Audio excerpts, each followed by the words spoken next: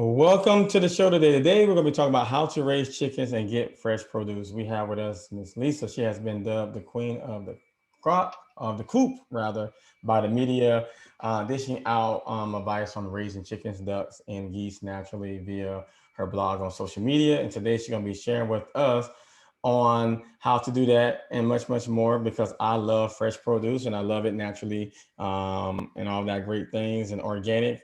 Miss Lisa, welcome to the show. Hey, thanks for having me. So they dub you the queen. How did you get that title, and where did it come from? Ah, I don't know. I was on tour promoting one of my books a few years ago, doing a lot of local like morning talk shows and stuff. And as I was kind of walking onto the stage of one of them, there was this huge sign on the wall that said "Queen of the Coop," and that's how she introduced me. And then a couple other stations after that on that same tour must have seen that segment, and they, just kept repeating it. So I wasn't sure that I really embraced it at first, but I think it's actually kind of cool. And this is kind of neat because now you have like this, you're not self-proclaimed, if you will, right? Somebody's Right. started, they started the whole, the name for you. So, what got you into raising chickens and getting, fresh produce, and kind of getting into that market space? Yeah, so my grandparents were chicken farmers and they raised chickens for the meat and the eggs and they had a diner. So they supplied their diner with all that. And I had chickens as a kid. But as an adult, I had no intention of like selling eggs or being a chicken farmer or anything. It was purely a hobby. It was for fun. It was for eggs for our family and just kind of something to do. And it just kind of turned into this thing where all of a sudden now, people ask me for advice on raising their chickens, and I've written a bunch of books and hosted a TV show and I have a product line. So it just kind of like got this life of its own. So I'm super proud that I'm earning a living raising chickens, but I'm doing it completely differently than my grandparents did. Absolutely. So now, when you say you're doing it differently than them, is it because of the different strategies you're taking, or is it not traditional ways? Can you elaborate on that a little bit? Yeah, well, I mean, my grandmother was super cool. She lived to be 99 years old. And I'm sure if Instagram and Facebook were around, she would have been like all over it. Um, but obviously it wasn't, so they were doing the traditional raise chickens, sell the eggs, sell the meat, whatever. And it's really hard to make a living selling eggs at, $2 or $3 a dozen. So I was fortunate when I started. And I started my blog and I started my Facebook page. People were just getting really, really interested in backyard chickens. It was 2009, so it was sort of the end of the recession. People were kind of like they are now. They were a little, insecure about where their food was coming from. They wanted to make sure their families were healthy. So I realized that by like sharing information and advice and pictures and kind of all that, I could do something similar, but not actually have to like sit on the side of the road and sell eggs. Yeah, that's cool. So, tell us, and I always really wondered this, you know, um, how can I get good tasting eggs from a chicken? What is that process like? Yeah. So one of the real benefits of raising backyard chickens is that your chickens are not in a teeny little cage in a warehouse just eating, corn or some low quality feed. My chickens are out in the backyard. They're eating worms and lizards and bugs and grass and weeds. And, they're out in the sun and they're getting exercise. So they get kitchen leftovers, they get garden scraps, they love to help in the garden. So they're eating this diet that is just so well rounded and full of all kinds of delicious things. Um, but I think the biggest difference is that the eggs are fresh. So, like this morning for breakfast, I had two eggs that just were laid this morning. When you buy a carton of eggs at the grocery store, they could be weeks and weeks old. So, you're not getting that fresh factor. Oh wow! So you think that because we don't get the good tasting eggs, is really because it's just been sitting there that long, so it's really not fresh. When it says fresh produce, it's not really fresh. Yeah, it's same thing with the garden. If you grow tomatoes or peas or cucumbers or whatever, that stuff you pull out of your garden is going to taste so much better than the stuff that comes out of the grocery store because it's a lot of it's being grown in greenhouses and it's been trucked from a different part of the country and it's old. It's just not as good as anything you're going to get in your backyard. True that. That's understandable. So, what are the common challenges of raising chickens? What are the common challenges that you face? Really, the only challenge is that everything wants to eat a chicken.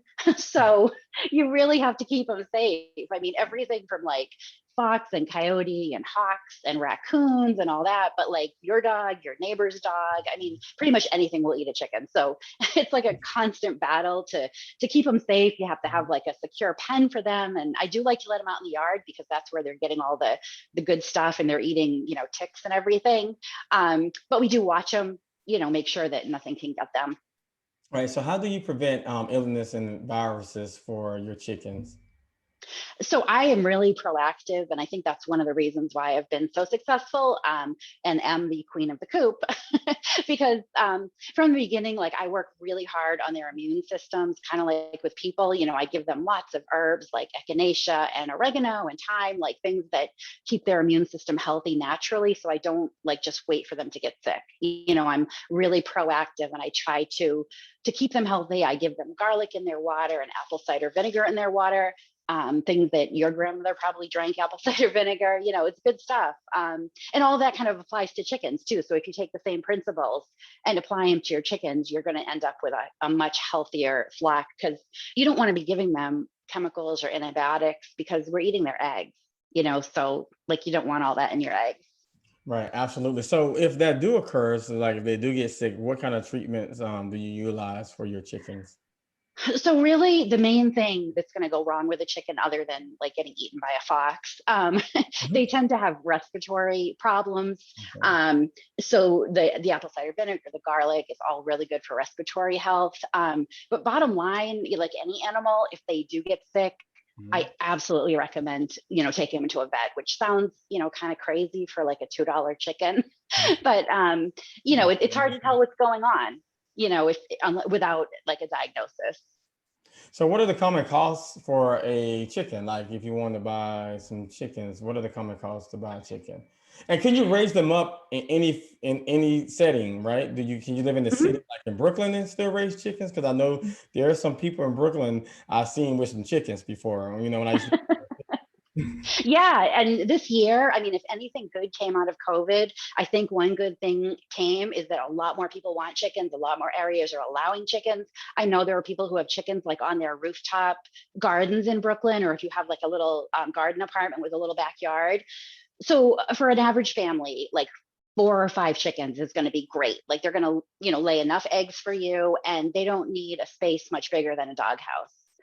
So if you go to like a feed store, or you can order chicks online, a chick is like $2 or $3. So you buy 4 or 5 chicks, you get them a nice little coop, a nice little pen, you get them some food and some water, and I mean that's really it. Like there's a little more to it, but basically Wow. that's it. Wow, I didn't know that. I didn't know chicken was very, very inexpensive. I thought they would at Yeah. least cost a few $100s just for one chicken. No.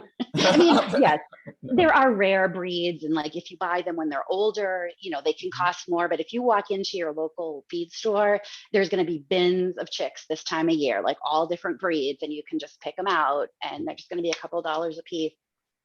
So what are the well, not the common breeds, but what are the yeah, well, what are the common breeds and what are the breeds that are like, I guess, the echelon of the breeds, like the high end of the breeds? Yeah, so common breeds would be like your Buff Orpington, like your big yellow chickens that you see all over the Yeah. place, a Rhode Island Red. They're red colored. I personally like Australorps, which are Australian Orpingtons. They're black.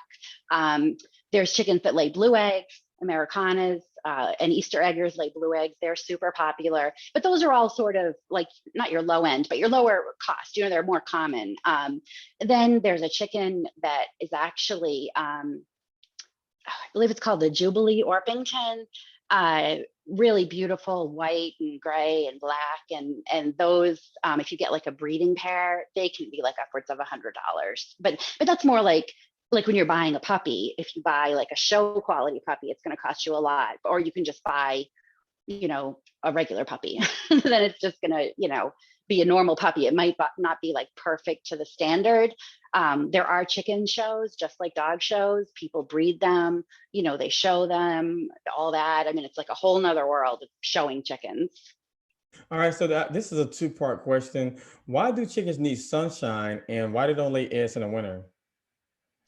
Great questions. So a lot of people don't realize when they get their chickens is that their chickens are not going to lay year round. So they need about 14 hours of sunlight to stimulate their ovary to release an egg yolk. And then obviously it gets turned into an egg. So if your hen is not getting that sunlight, it doesn't signal her body to release that yolk and you won't get any eggs. So a lot of people do light their coop in the winter to force their chickens to lay eggs. I personally don't do that because that's what the commercial farms do. And I just feel like the chickens are being forced to do something their body doesn't naturally do. So I give mine a break over the winter, and they are basically freeloaders and they just eat our food and get free board until spring when they start laying again. So, how many chickens do you currently own now today?